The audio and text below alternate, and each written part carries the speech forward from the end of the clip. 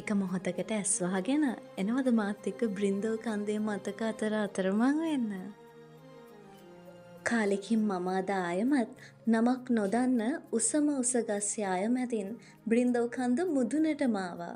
එක පැත්තකින් වේගල්න මැන්ෂන් එකයි අනිත් පැත්තෙන් අශාකි සිංහ මැන්ෂන් එකයි.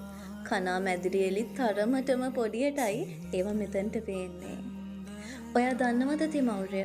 වංශනායකයා වුණාට කමක් නෑ. ඒත් ඔය කාර්ය බහුල ජීවිතේ වෙලාවක් ලැබුණොතින් ආයමත් බ්‍රින්දල් කන්ද මුදුනට ඇවිත් යන්න. තනියම නෙමෙයි. ඔය අතිශය සාහිත්‍යකාමී ආගල්ව කොල්ලත් එක්කම. එදාට මට මේ දැනෙන තෘප්තිමත් හැඟීමම ඔයාටත් දැනේවි. ඉතින් මම තාමත් කන්ද මුදුනේදී කැලෑමලක් මගේ අත්උටින් තියලා ඇස් හීනි කරන් hina වෙන්න පුළුවන් කෙනෙක් කෙනකල් මග බලන් ඉන්නවා. නිකම්ම නෙවෙයි මීදුම් දුමාරේ සින්දුව කීවෙනි පාරටද මන්දා ආයෙ මහන ගමන්.